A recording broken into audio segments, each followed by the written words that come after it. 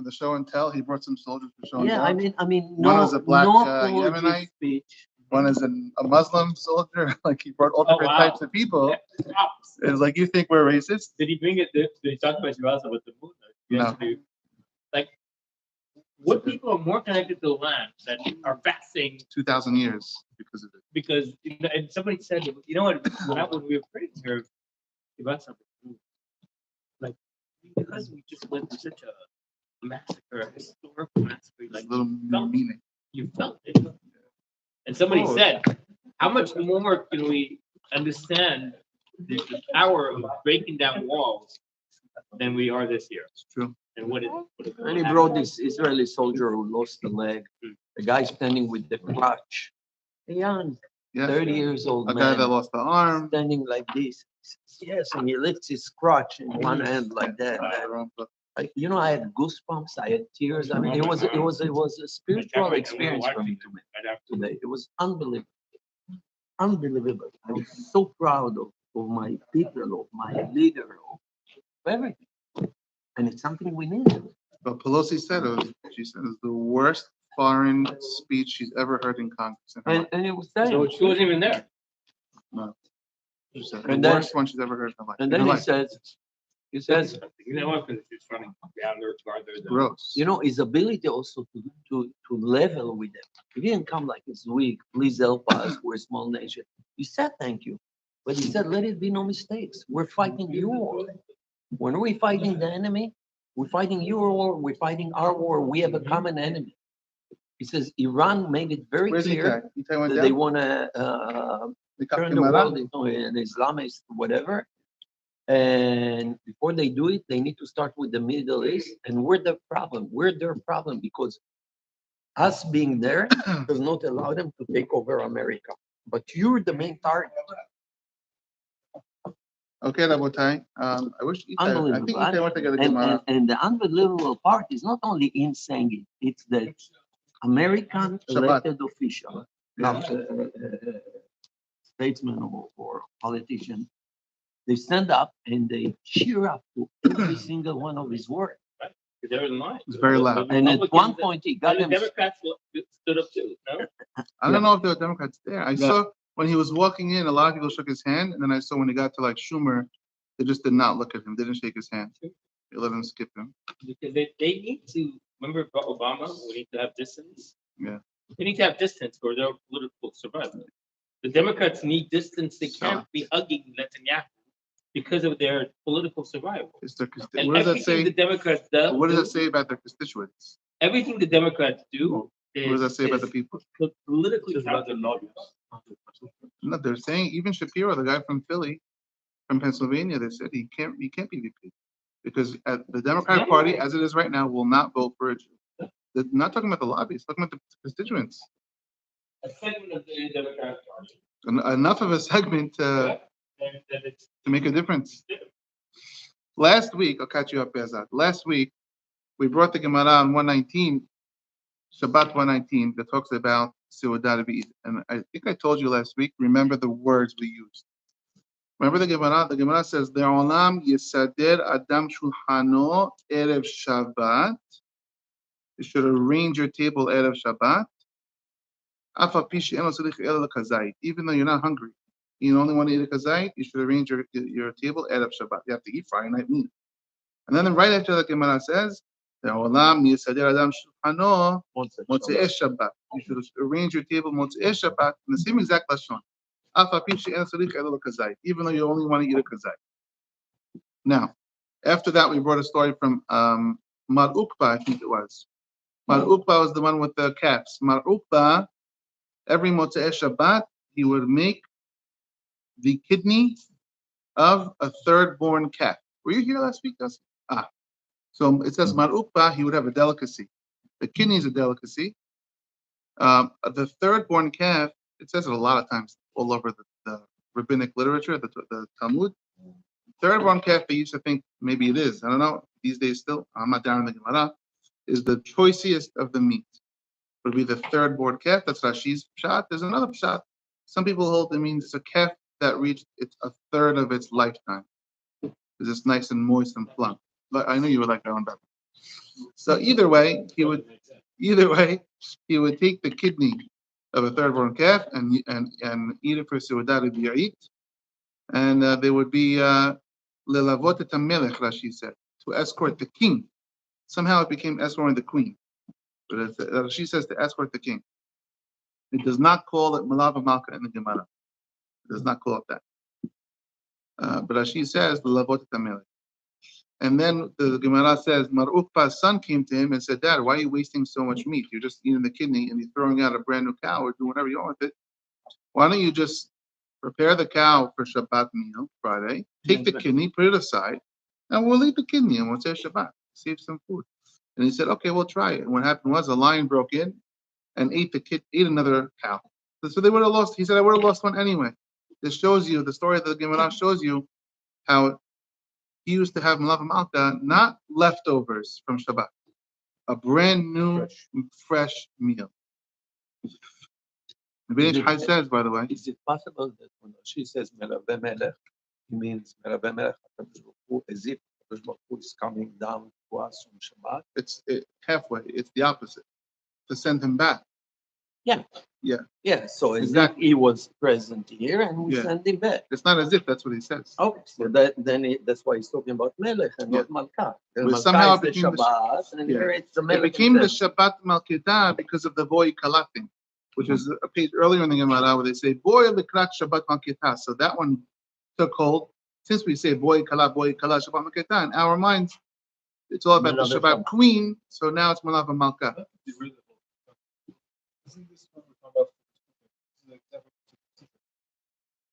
Good question. It's not a superstition. A superstition, if you remember, we said in that class a long time ago, is when you make your decision based on an occurrence. Now he's saying, I believe it's a sign. I would have lost it anyway. I believe that I would have lost the cow anyway. No, He believed it was right anyway to make it. I think the thing is he was slaughtering the cow every Anyway. Motzei Shabbat because of the He felt it was the right thing to do. and everything. His son challenged him. He said, "Okay, let's do it. Let's see what will happen." Then he turns around and says, "You see, there is value in slaughtering. It's not like." But he already had a relying shita. on it. Right. It's not just some random event. He had a shita, and he's using it. What's I'm just thinking, what's the context of him having this without The Gemara is giving a story. We don't even know what the Seudah B'Ya'it is. It's the first time ever mentioned in Shas. Right. So the Gemara is saying, here's what this rabbi used to do. And he used to bring a kidney. Give an example. But also to teach you that he made a deli, he spent a lot of money. He would slaughter a very expensive third cow, whatever that is, for the Just kidney. for the kidney every Saturday. Spent a lot of money. And so a lot of poskim say from this Gemara, hey, you have to have a delicacy. I mean, it's very praiseworthy to have a delicacy Saturday night. He says that It depends how much it is. For me, I love pizza, especially avot avanim. There's Shaarey Yerushalayim pizza. It's a delicacy. You're qualified because it says we have to eat hot bread. It's hot. And then we said, I want to say, remind me about that. We'll tell these guys also, but I just want to say the Bnei Chai. The Bnei Chai says, by the way, why did he eat the third-born cow or the third year? He said, well, 3 is a very big concept with Sudat. It's all about David HaMelech. David HaMelech, like we said last week, he made a party every Saturday night because Hashem told him he was dying on Saturday, but he didn't know which Saturday. So he thought every Saturday might be his last dawn. And when it passed and he was still alive, he threw a huge party. Oh, thank God, I got another week to live. And so he made a big seudah on Saturday night. He also died, obviously, he died on a Saturday afternoon. And so David HaMelech was the third born from Ruth. And to commemorate him, it says in Bnei Chai, he used to have the third born calf. But also, I want to say, there's really 3 main ideas with melave malka. First of all, we have 3 names that we really use. There's melave malka, the seudah to be eat, and the seudah David HaMelech. There's really 3 main concepts, although they bring a 4th, but we'll leave that one alone. wondering if it's a little outdoor because I mean the idea of every Saturday night third cow. It was a delicacy.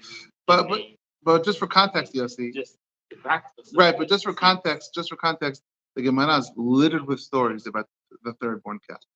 Like there's on the previous page of the Gemara, page 118, it says one rabbi used to eat a third born calf for Shabbat. it was the most expensive meat you could buy. It's like us saying filet Making mignon. a point. Yeah. And then the Gemara says, Hamin b'motzei Shabbat melugna. That's what the Gemara says. Hamin, which is hot water, is a healing. It's melugna means it's a healing remedy. It's a healing purpose. Wash down the cholent.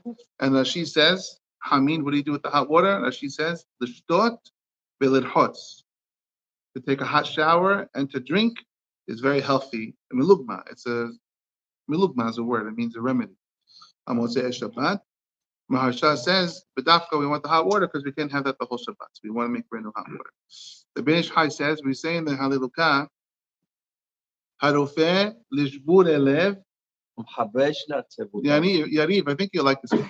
We say in the Halilukah, Harofeh lishbur elev, umhabesh le'atzebotam. Harofeh lishbur elev, you heal a broken heart. A broken heart is not physical, it's an emotional broken heart. Umhabesh le'atzebotam. Translate. Put band-aids over their sadness. Sadness, depression. Yeah. Says the Ben Ish Chai. The first part tells me you heal my broken heart. When is my heart broken? The second part's double also. And you bandage up my depression. What's the second part? Says the Ben Ish Chai, on only a way you can do it. You cure my broken heart. You know when? Saturday night, when I'm so sad that the Shabbat left me, the Neshama Yitzhak left me, and the Queen left me. Mehabesh.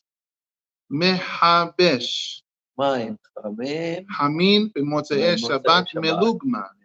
When I drink the hot tea on Motzei Shabbat, it makes me feel good, and it heals my atzebotam, my depression. Because it says in Shai, how could you not be depressed when Shabbat leaves? Now in America we have Sunday, so it's we love Sunday. But in Israel there's no Sunday. How are you not depressed when Shabbat leaves? Is there Sunday in Israel? I don't think the Ben Ish Chai was making a reference to another day. So yeah, this what lifts your spirits. He was making a reference. You had a king in your house and he left you. I love that image. Hamin b'motzei Shabbat melugma. Exactly the words of the Gemara. And then the Gemara says hot bread. B'motzei Shabbat melugma. That's the last of the list. There's no more things. Hot bread and hot water. So if you want to do, so what do we learn about Seudat Shlishit? Ideally, Seudat B'It, ideally is a delicacy. What do we got?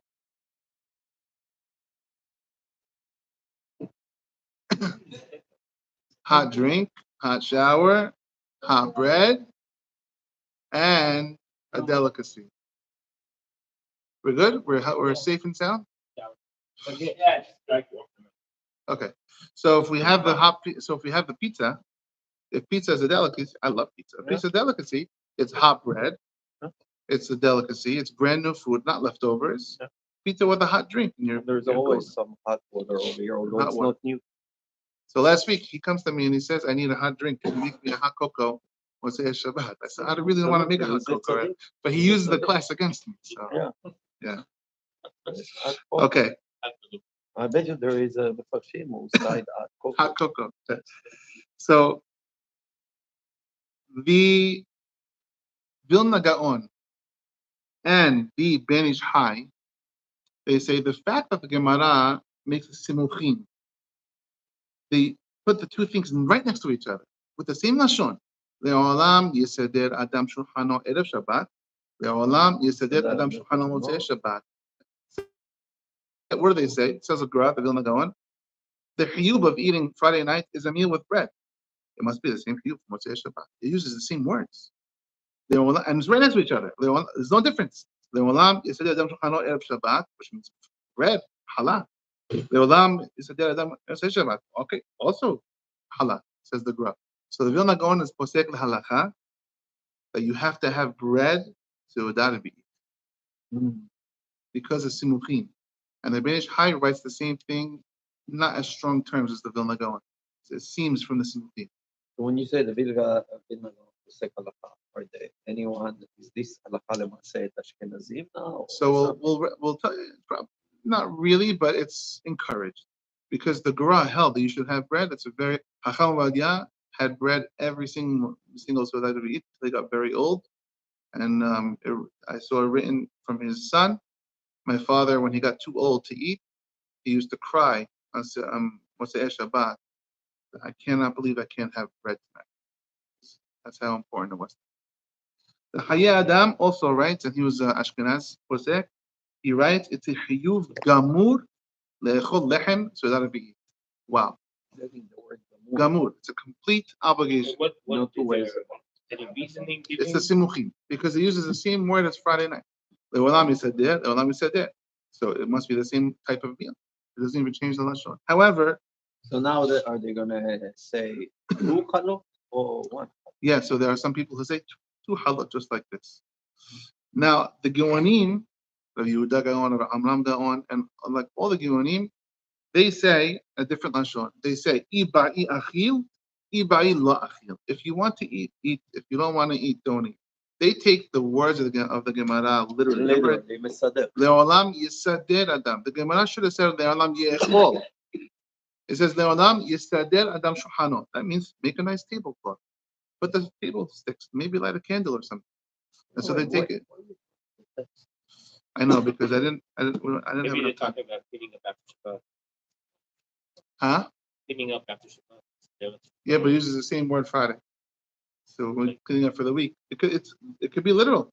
I told you, the Bavitcher Rebbe writes in the Sikha, he takes it literally. Put a tablecloth on the table and make sure it's all clean and nice for Seudat Abit, so the king can go. Look, the house looks nice for the king to go back.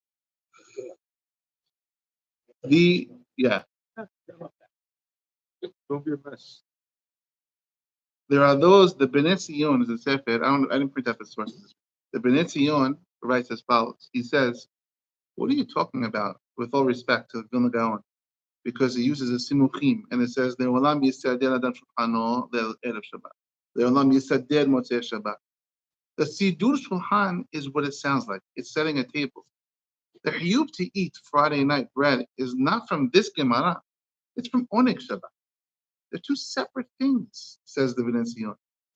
Sidur shulchan is one thing. Onik Shabbat means you have to eat a nice meal. There is a halakha of Sidur Shulchan Motzei Shabbat. There is no halakha of Oneg Motzei Shabbat.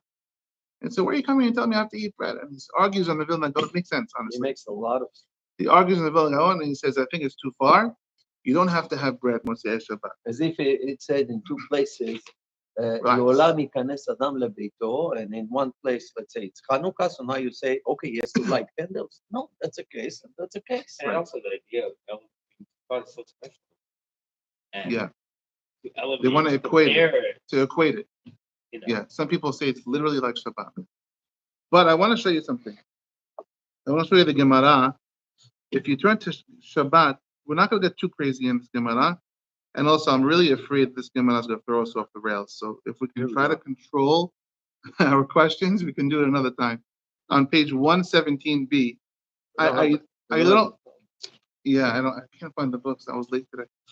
I don't want to really dive into this too much. So we could do it another time. Because I know this could lead to a whole can of worms. There's a Mishnah on 117b. The Mishnah says, Matilin Mazon, Moshe, 20,000 points if you tell me what we're talking about here. Don't cheat in English. So just Matilin Mazon. What? What do we mean we save? When do you want to save? Matilin Mazon, we save food for 3 meals. What is it talking about? So it's talking about, God forbid, lo alenu. Srefa. Yeah, very good. Yeah, because it says in the continuation, no cheating, just read the whole thing. Yeah. So you it got says, 20,000 points. And you can save the food for the domestic animal and the food for the. Talking? All right. So Yetzirah is walking around in front of it. So the Gemara Mishnah says as follows: God forbid, if there's a fire in the house, God forbid, if there's a fire on Shabbat, we're not talking about sakana nefashot.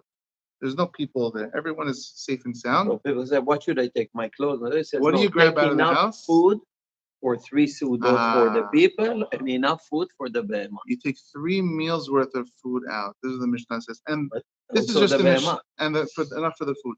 This Mishnah, this Gemara is going to get way more into it, but that's what the Mishnah says. Matilin mazon gimel seudot. So Yaniv, ready for this?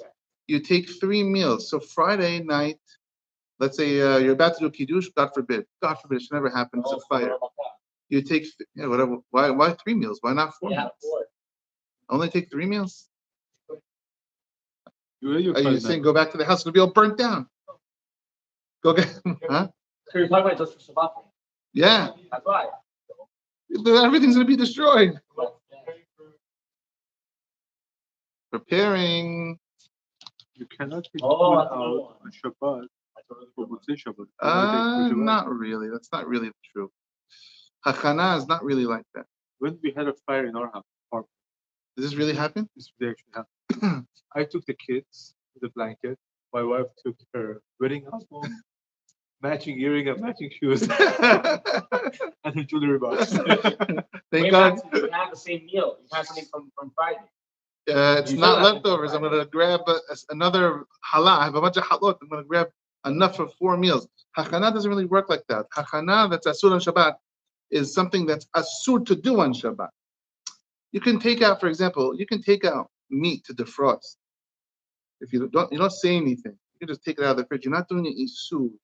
Hachana is more saying, let's drive to the Dodgers game tomorrow. Talking about something that's. So I think what the Gemara is saying, person is about to have a Shabbat. There is a Shabbat. So what he should do? So the Gemara says, make sure you have your Shabbat.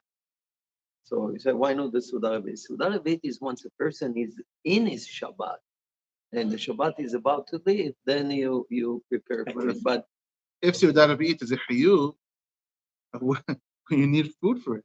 Let's finish the Mishnah. And then the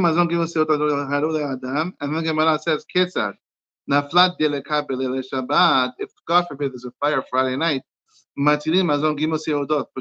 take 3 meals, 1 for each meal. But Shaarey, what if there's a fire, God forbid, in the morning? You take 2. Mincha time, mazon seudah, just enough for 1 meal. And Rabbi Yosef says, no, you always take 3 meals. Now, I'm going to read you Rambam, just so we have at least the halakha l'ma'aseh for this part. Rabbi Yosef, you always take 3 meals, even if you're in the Sudash. Doesn't matter when. Yeah, I'm going to read you the Rambam, just so you have sort of a halakha l'ma'aseh. It's not going to be all the details, but I assume that you want to know the bottom line. So the Rambam, and what's the reason? Why can't you take more? I'm more interested in Rabbi Yosef. You go through it. Also, switch we through We can delve into this Gemara another time. Maybe it will be too much for you to like more, so you won't take anything. So listen to this Rambam. Rambam says, Nafla delaka behatzer. God forbid if there was a fire in your personal property. Eno matzil kom ma sheyesh behatzer. Right, Beza, why can't I save more? I have big arms. Why can't I take tons of stuff? Eno matzil kom ma sheyesh behatzer lahatzer acheret shebeoto hamabui. You can't take everything that you can grab. This is Rambam. Afa pishi erebu, even if you have an eruv. Why not? Gezerah. It's a rabbinic decree. Shema yichabeh hadeleka kedesh yatzil. You're going to get so involved in saving your stuff. What happens is when you have yesh lo mana, time. You have 1, you want 2, then you want 4, then you want 6. I want to save everything. You'll end up putting the fire out on Shabbat with the water. Because we know that you want your stuff. You're only allowed to take out what you need for Shabbat. There is, I mean, you can't do kibui. You can't do kibui in Shabbat. And Take out their hands. what do you take out? If it falls out on Friday night, 3 seudot for the person and for the animal, for Shaarey. And then the Gemara, and then Rambam says, and this is be the last halakha before we can do this another time. The Rambam says, what are we talking about? When you need a lot of vessels, bags or baskets to take the stuff out. Or you only have 1 vessel, so you have to keep going back and taking more food. You have a family of 7 people, it's a lot of food for 3 meals. But if you have 1 jumbo pot, 1 jumbo basket, and you can just fill it up with tons of stuff, Be'otzah ahat mutar. Then the gezerah doesn't apply. So it's like, just we don't want you going back and forth and back and forth and back and forth because you're not going to stop. Okay, but keep this aside. We could always jump into this, God willing, one day. Says the Gemara. Let's skip ahead to the next Amud on 118. The Gemara says the Gemara. Mi sheyesh lo mazon shete seudot. If you have enough food to feed you for the next 2 meals of your life, someone's not doing well. Lo yitol minan tamhui. You cannot take money from the tamhui. There are different types of tzedakah. Shulchan Aruch goes through this in Yoreh De'ah, in Shulchan Aruch. There are different names for different charities. There's a kupa tzedakah and a tamhui. Tamhui is tomchei Shabbos. Tomchei is tamhui. But not really. Tomchei means to support. Okay. It's a cup.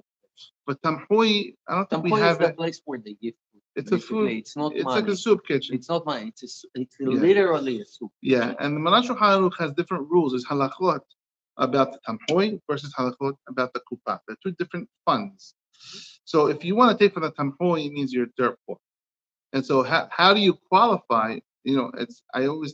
I think about this a lot of times when people walk in the shul collecting, especially when they pull out a wad of money that they already have. I always think, there's halachot, like you qualify for tzedakah or not. We don't use these halachot. We don't do it. But I don't think you can sit them down and have a little. Yeah, they would love to. You'll get smacked in the face probably by the guy. These guys are. So the Gemara says, "Mi sheyesh lo mazon shete seudot." I'm on 118a in like the 7th, 8th line from the top. If you have enough food for 2 meals, lo yitol minan tamhui. You cannot take money from the tamhui. You already have 2 meals for the day. The soup kitchen is for today, to survive today. 2 meals is enough for today. Go away. Mazon arba'a asre, it says. Arba'a asre. If you have 14 meals worth in your bank account, that's enough for a whole week. Lo yitol mina kupa. Then you're not eligible for the kupa tzedakah. Imagine we did this today. How much money do you have? Do you have enough money to buy a week worth of food? No. The kupa's for somebody else. Rabbi, the true sense of money don't exist. Probably not. Not in America, at least. With welfare. The idea, like the need that is described. I don't know. But yet, if somebody comes to you and says, "You better give me stuff," or you have to give me stuff. Yeah. I don't know where I heard. I think there was a rabbi from says that it's not like you have to make sure he needs it and then give it. Because if not, it's not stuck. Something like that. Somebody's asking. It's hard. It's What hard, I try to do is I try to give everyone a little bit. Well, that's what we all do. We all leave out the dollar. But we what give it to happens them. is- But the question is, because I always ask myself, especially those who ring your doorbell at the office or your house and stuff like that, what do you have to do? I mean, some of these people come in, they're in business, they're in operation. The other day, somebody came and he had a little charge machine on his wrist like this, like a watch. He says, "I can take your credit card. I have this." Yeah, they're all thing with him. They're all cashier. Growing up, did you guys read Sherlock Holmes?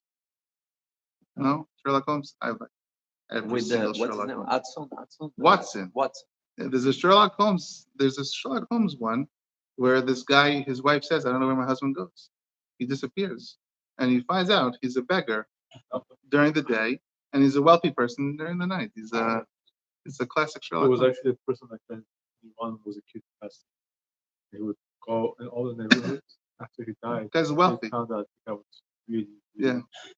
You know the classic story they say about the 2 Jews by the church? Yeah. Yeah. Yeah. Moshe is going to teach He just shows how to do business. Yeah. Yeah. It says the Gemara, listen to this. The Gemara says, so if you have enough for 14 meals, you can't take from the kupat tzedakah. So the Gemara Mani, how is that possible? What about Shabbat? 14 meals, that's only 2 for each day. Lo Rabbanan, v'lo Rabbi Chidka. Rabbanan says you can save 3 meals from a fire, which means you need 3 meals for Saturday. So you should have 15 meals. You should have 15 meals. So if you only have 14, you should be eligible to take 1 meal from the kupat. Why 15 more? There's laws. There's tons of laws.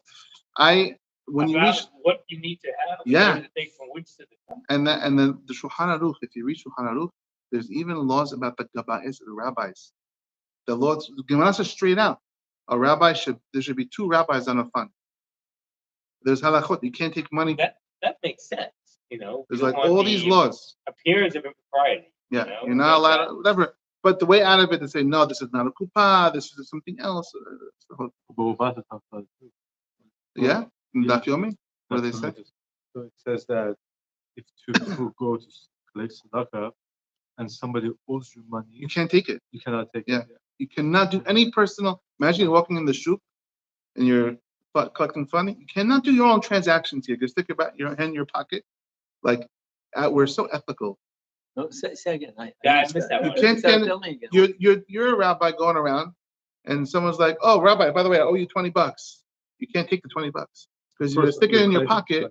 That belongs to the fund, in people's eyes, not to you. You can't have a trace of dishonesty. A trace of dishonesty. But what was called the appearance.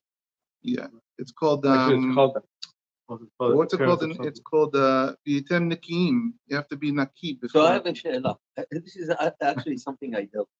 People sometimes come to me, they say, you have change? And they assume I have the kupa on me, but now it's my money. Yeah. So what I try to do is I keep like an envelope that's Shaarey Yerushalayim and my money is in my pocket. So I go, I have from my money, I can give you, and I say it like that. Should I say no? I don't think so. I mean, am I stepping a line? I don't know one place where these laws are followed these days. Growing up, rabbi, someone hands a thing, right in his pocket. Like a rabbi is not gonna take money to somebody else. That's for sure. Like, I mean, But like anybody. I don't Sure. think we have the Din Kupa these days. The Prophet Gemara that was talking about was actively collecting. The guy is going to shuk and trying to collect. Not only that, Bezat, the Kupa and the Tampoy, the people who are donating are specifically donating this money for this purpose only, and you're stealing. Nowadays, a rabbi's fund, that's why it's called a rabbi discretionary fund. He could do whatever he wants with it. It's like a tanai on the whole fund. So the laws don't really apply so much. It's not mamash kupa. It would be nice, honestly, to see some of these laws. Transparency would be beautiful. I was like that. Anyway, it says the Gemara, why do you not qualify if you have 14 meals? You need 15 meals for a week because you need 3 on Shabbat. So a guy comes to the rabbi for the money for the kupa. He says, sorry, you have enough of 14 meals. Yeah, but what about my 15th meal? So it's actually sheep. What do I do? So it's actually sheep. And according to the Pidka, is it 1 week? yeah, it's 2 a day. 2 a day. And according to the Pidka, you should have 16 meals. So no matter what, you should always have an extra one.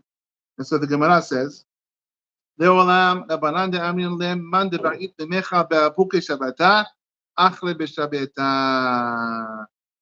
have to use your leftovers. I'm sorry. All you get is 14 meals from the kupa. You want to do celestial sheep, leftovers. Says Rashi, Shaarey, you're eating close to the night. You don't have to eat again right away. You just eat. We gave you 2 meals for Shabbat, for Saturday, breakfast and dinner. You want to turn that into 3?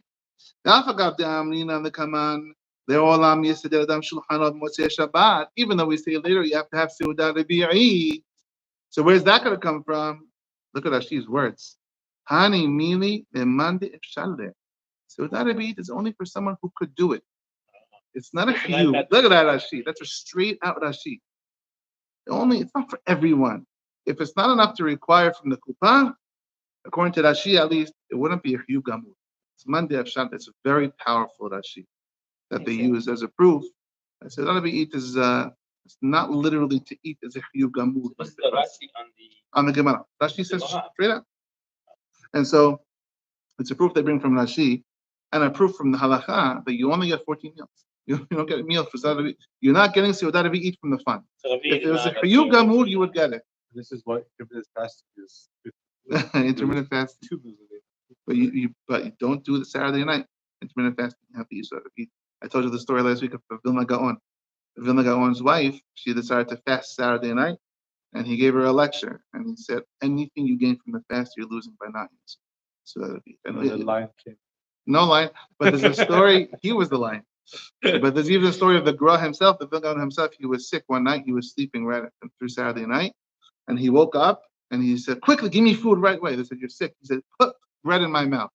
He was so meticulous. He holds you gamur. That's Vilna Gaon.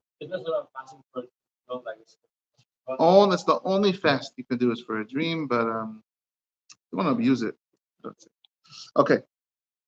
So that's I know the halakha is not involved, but nowadays when food is so prevalent and everything, and people get starved, say, no, but you have to eat. It's a you. It kind of this is the whole point of the Oneg Shabbat. Sometimes it becomes a burden. So Hakam Radia writes, Hakam inna biroshu. You should know how to eat and divide and moderation, so you can have all the meals. Yeah. Like Pesach. Bad, like overindulgence. Achilat kasa is not eating. So this is a mahloket. Some people say even to force yourself, you have to eat. I don't care if you're full. Force yourself. But we hold achilat kasa is not eating. Forcing is not eating. It's not called eating. It's mamash not called eating. So like also something kabbalistic that it too much yourself. it's timtum haleb maybe. Let's say timtum. Is that the word? Yeah, I just got the email this morning for it. By the way, I was going to forward it to you. They sent the invite this morning for the wine and food show. And I thought to myself, man, I should forward this to the guys. I'm like, nope, not forwarding it. I'll let them find it themselves. But I mean, that same application could apply to any restaurant. Yeah. You have to be normal. Everyone has to know their place and where they are in their journey in life. Okay, so now, by the way, the Kaf HaHaim says these words. Kaf HaHaim says, Yadhik atzmo lapa. Yadhik atzmo lapa. Force yourself to eat bread. Says the Kaf HaHaim. Very big on Seudah. But halakha ma'aseh is we're not going to take a strict approach, and we're going to say instead, Chavadia says it's good to, it's nice to. You should be blessed if you have a delicacy, you have a hot food, it's good. You have a hot drink, you have bread, great. Lechem mishneh, great. But we're not going to say the word hayab for these things. What you're hayab to do is set a nice table, make sure, like you said, it's clean. And this is Seudah Rabi'it. If it's a grape, it's a grape. It's something. But if you can do the bread, it would be the best thing. All right? So this is Seudah Rabi'it. Now, while we're talking about Seudah Rabi'it, the Minish Chai says the optimal time to eat Seudah Rabi'it is 4 hours from when the night starts. After 4 hours, you waited so long, you're not escorting nobody home. It's like you missed it. It should be. Yeah, within 4 hours. Yeah, sorry, within. In other words, it should be close to Havdalah. Is optimal right away. It should be an extension of your Shabbat. Basically, is what they shouldn't even work or do anything they say melacha before, even though you're kind of allowed to if you did Baruch Mavil, but it's better not to. Even some of the rabbis write you should stay in your Shabbat clothes. None of these things are obligations. Even the Seudah itself, we see, is according to most poskim, it's not an obligation. The Torah would say yes, but according to most, it's not an obligation. It's only if you could do it, it's a very praiseworthy thing to do. And we said last week from the Kaf HaHaim and the Arizal, it brings panasa because it blesses the food. It brings the holiness of Shabbat and it blesses the meals for the week. So it does bring panasa. Hazon Vadia writes, something interesting. The Kabbalah, the Zohar writes that if someone goes to sleep and wakes up, now if you wake up in the morning, let's say after sunrise, you can't eat until you pray. You could have coffee, tea, water, but you can't eat until you pray. If you wake up before sunrise, like I do, I wake up early Saturday morning so I can prepare the Perashat HaShavua. So sometimes it's 3 o'clock in the morning, 2 o'clock in the morning, early. Depends how hard the Perashat. Are you? Yeah, for 6, 7 years. I don't know how long time. So Friday night? Sometimes 2. Huh? Friday night? No, Saturday morning. It depends. In my first couple of years doing it, I used to stay up till like 12 and wake up at 2. I got no sleep Saturday, Friday night. But I wanted to do it good because I knew that if I invested in doing a really good job, it would be easier. But now it's slowly better. It's got much easier. But I still have to wake up early Saturday morning. Now, there's no sleeping in Shabbat morning ever for me.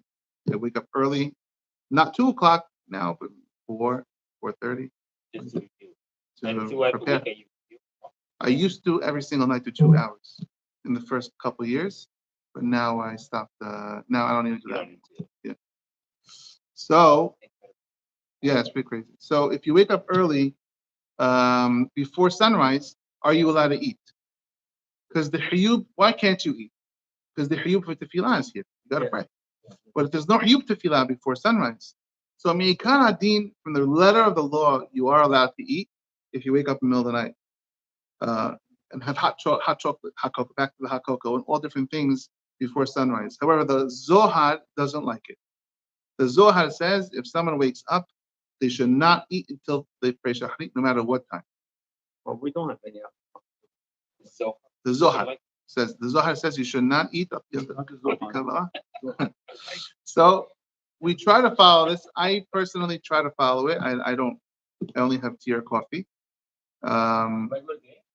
Any day I wake up before Shacharit, before Amidah. Before Amidah. If you don't pray, if you pray 10 o'clock, you shouldn't eat. You can't eat until 10 o'clock. But so I try to follow the Zohar.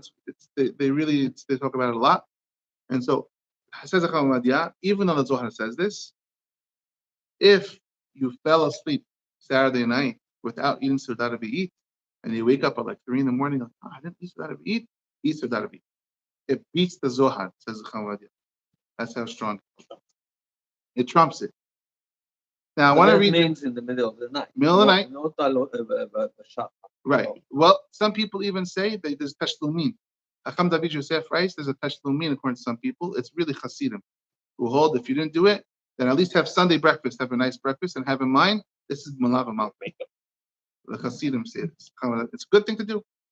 You don't lose anything by doing it. When you come home from shul Sunday, you sit down to eat a bagel or something, say this is melave malka. That's when you come from shul. I'm saying that Ram Ovadia says even before you pray, but not after sunrise. It's not going to beat the sun. Yeah, it'll beat the Zohar. He's saying before sunrise, you're allowed to wake up, and you should actually have a meal because it's Seudah Revi. Yeah. After sunrise, David Yosef says you can have it, but even after Shacharit Sunday, if you didn't do after it, Shacharit, yeah, and have it in mind. Yeah, but you're not allowed to have it after sunrise. No, because that's an actual holiday. Exactly. Yeah, very good. Now, while we're doing this, I wanted to bring you, in a few minutes we have, a couple of what I think are interesting halachot regarding the Saturday night experience. Number one, have you ever heard of the well of Miriam situation? Yeah, the water? You heard of this? So a lot of the Mikubalim, I think the Shlah HaKadosh brings it down. It's going to sound crazy, but that's what it is. He says the well of Miriam, where is it now? Yeah, it's hidden somewhere in the Kinneret. Says the Shlah, I believe, the well of Miriam comes out and spreads out to different waters. Motzei Shabbat, after Havdalah time. For a little while, the Be'er Miriam, it stretches out and feeds into other waters. And the Mikubalim say, if someone drinks the water of Miriam, they're healed from any physical ailments that they have. So there's I want to read you. Huh? I didn't see the word Chokhmah. I didn't see the word Vital. Rabbi Chaim Vital. He was his son-in-law. Oh yeah, it's true. I know that story also. I didn't put two and two together. I want to read you this. So this is by Nazareth? What? No, by so you don't know where it is. It could be anywhere. This is very like, by the way, I'm going to reference back the old movie days, Indiana Jones. I remember there was I forgot what they call it. The Holy Grail. The Holy Grail. If you drink that water, you're safe. If you're lucky enough to get the well of Miriam water, you're not guaranteed, then you can be healed. It's hidden somewhere in the Kinneret. It's not all over. It's not when they baptize Yahshua. I don't know. So it says, listen to this. So here's the thing. It's not really. Okay, listen. Says the Mikubalim. The Be'er Miriam, the well of Miriam, who has the best chance of accessing this water? That's funny. Women. Women, because it's the female well. So your wife has a chance to get this water. If she's the one who goes to the nearby well and draws water, she might get some of this water of Miriam. And when she gives it to the family, it can be healthy. There's a story they bring down in the Sefer Or Hayim. I'm going to read you the story. Ma'aseh be'adam echad. It's a story of a guy. Shaya mucha shechin. He had boils all over it. Mukeh shechin. Ve'ishto halecha b'motzei Shabbat l'sh'ov mayim. His wife went Saturday night to get water from the well. Ve'nizdamena la be'ira shel Miriam. She got lucky, and she got the water of Miriam. U'mile'a min hamayim hahem. She filled up the bucket with that water. Ach net'akeba yoti midai. But she took a long time out of the house. When she came home, the husband got mad at her that she was out late. He knocked the jug of water. This is what you were out so late for? He knocks it down. And it broke. A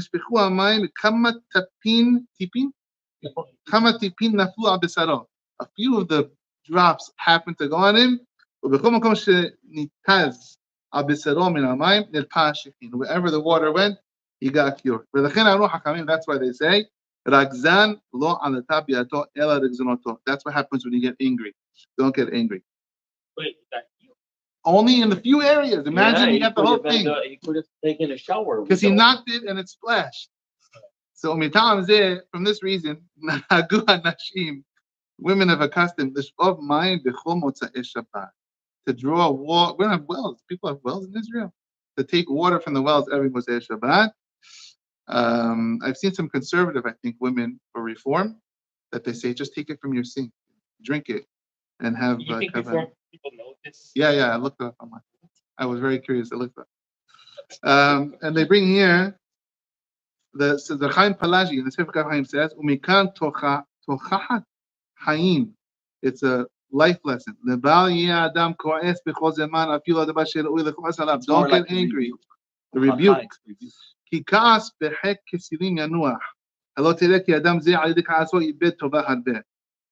And so therefore, you would get, now I don't know how applicable this is, because who has wells? So from that story, it sounds Who would like dare to break wives? Not an Iranian. those days we don't break wives anything. Yes. We just say yes on.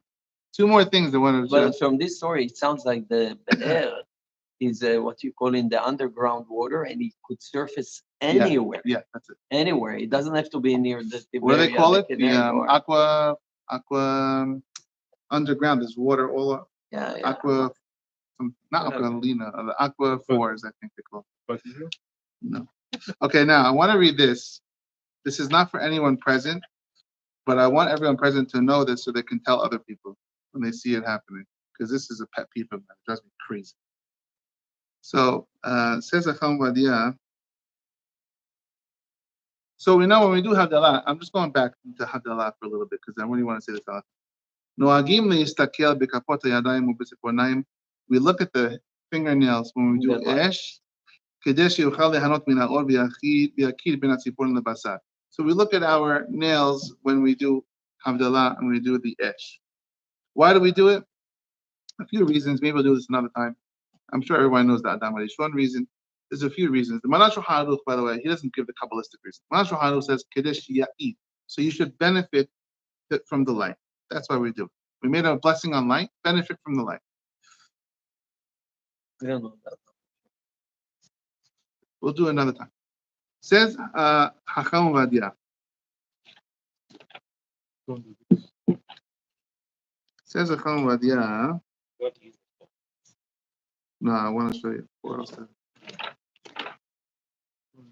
It's a pet peeve. Every week I almost scream, but I held myself.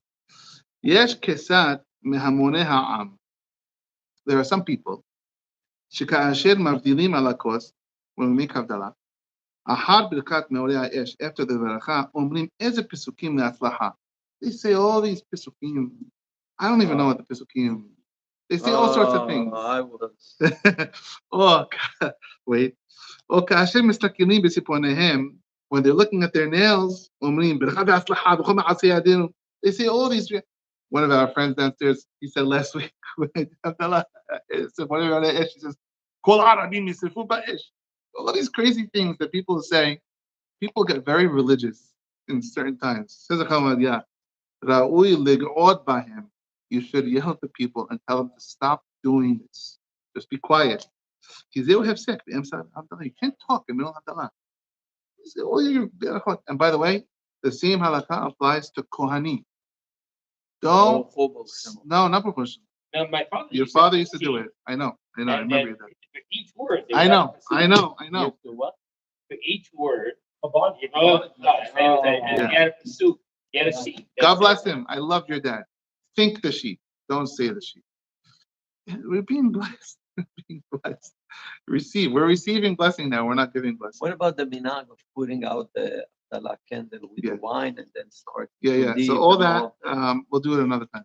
There's tons of minhagim. People are so superstitious, but there are sources. Without diving deeply into it, is this a minhag? It's a real minhag. Yeah. Okay. The im yitzu, I love the way Acham Vadia writes. Im yitzu, I'm going to read it in Hebrew. Im yitzu, Gidu kol pesukim shiyitzu, le'ahashet yatakos havdalah. Say the whole Torah if you want. Just wait till Havdalah is over. And so I don't know who's going to be the one to say it, but someone's going to start saying something. You're not around here for Havdalah usually. Okay, I want to do another halakha. Even if I was, I certainly wouldn't be the one. This halakha. We're not talking about advice. We're talking about telling. The God. It's the God. Now, this. Halichot Olam Dalet? I brought the wrong Halichot Olam. Okay, I have to say it out there. I brought the wrong Halichot. Acham Vadia in Halichot Olam says as follows. He says, you should drink the Havdalah wine yourself. Now, I have to give a lot of respect. The rabbi of the shul that I grew up in Deal, Rabbi Shweki, I don't ever remember him drinking it himself. He always used to make the barakah and give it to like a kid usually to drink. And I assume it's because he kept it a benotam, so you didn't want to drink before the tzman of benotam, I guess. Acham Vadia says very strongly in Halichot Olam, Halak Gimel, you must drink it yourself. You mevarech on the geffen. You make bracha on the geffen, and not only a sip, a whole cheekful, and then you can give it to someone else. As Acham Vadia says, if you can't do that, or you don't want to do it, don't do Havdalah. Let someone else do the Havdalah. So that's one halakha. Yeah, you should do it. Another halakha, he says, in Halichot Olam, I'm going to read you, because I'm now in Halichot Olam, Chacham David. Listen to the words of Chacham David, okay? Chacham David says,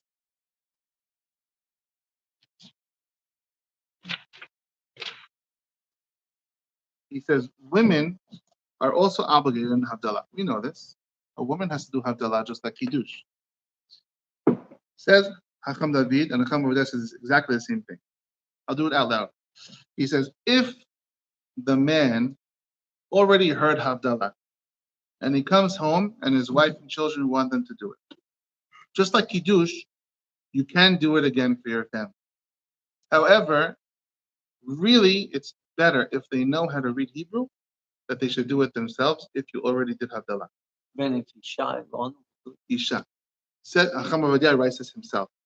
He says, if you're in shul and you know your wife is going to want you to do it when you get home, and she knows how to speak Hebrew, and she knows how to read Hebrew, you should be mechaven not to be yotzeh the Havdalah in the shul, so that when you do it for her, you're doing it also for yourself.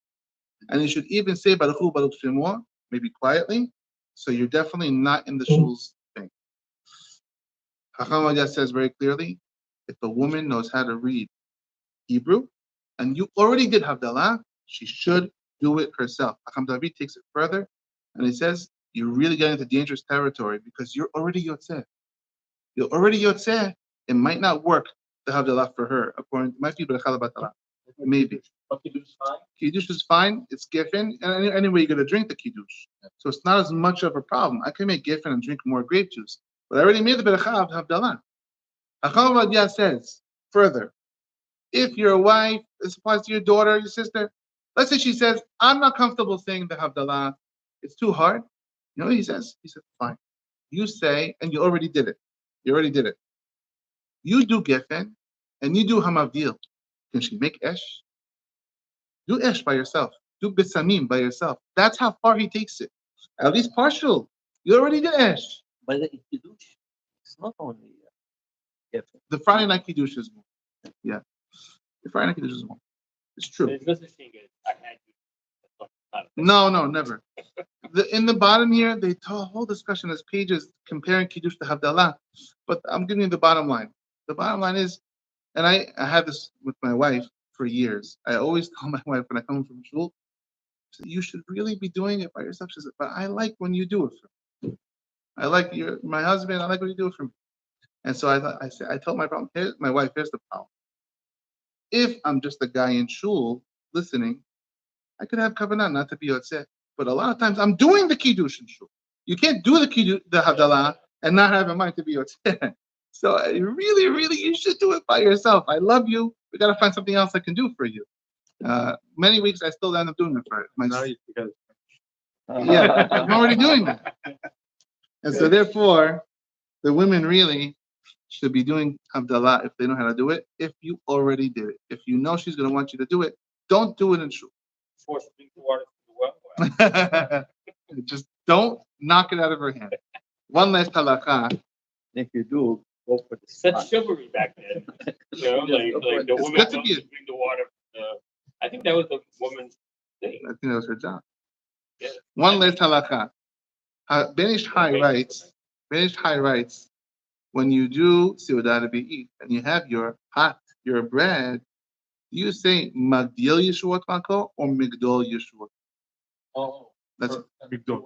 for Birkat no, Hamazon. Motzei Shabbat. Yeah, No, but it was Magdil, Musaf it that should day. be Magdil. But Shabbat's over. So the Benish High, Should be Magdil. any day where you say Musaf, you say Migdol. By the way, But you're If not I in the told day, you- you're one in time the the night. reason was really. I told you this. Yeah, Yes, yeah, you're yeah. good. Huh? It says to say it any day there's The Musaf. reason why. was But like it's sunset, so the day's over. What was the So- reason again? So I'll tell you. So you have a good memory. This is a long time ago. Yes. There's a sefer that they found. The Halakha L'Maaseh. I'm going to tell you in a second. There's a sefer that they found where it says in Birkat Hamazon Magdil Yeshuot Malko, and then on the side is a parentheses and it says like a little star, and it says Bet Shin Bet Migdol, which they said means Beshabbat. You say Migdol, and that's what it means. And so some people say no. Bet Shin Bet means Bishmuel Bet. In Tehillim, the same pasuk is written in Tehillim, chapter 18, as it is in the end of Shemuel, when David HaMelech writes his last song. In Tehillim, he says Magdil. In Shemuel, he says Migdol. So the person just telling you, by the way, although Magdil is from Tehillim, you should know in Shemuel, it says Migdol. So it could be a typo. This is going to die right now, so I'm going to say Halakha L'Maaseh, and then we'll do Halakha L'Maaseh. Ben Ish Chai says you should say Migdol. Chacham Ovadia says go back to Magdil, because Shabbat is over. That makes And that is the end. Let's end this because my phone's dead. Baruch Adonai Olam Amen. Amen. We have- One second. So, how did they conclude that on they will stop? You have to say Migdol. End stream. What led to it? I'm going to tell you right now. Let me just end this so I don't get cut off. End stream. End.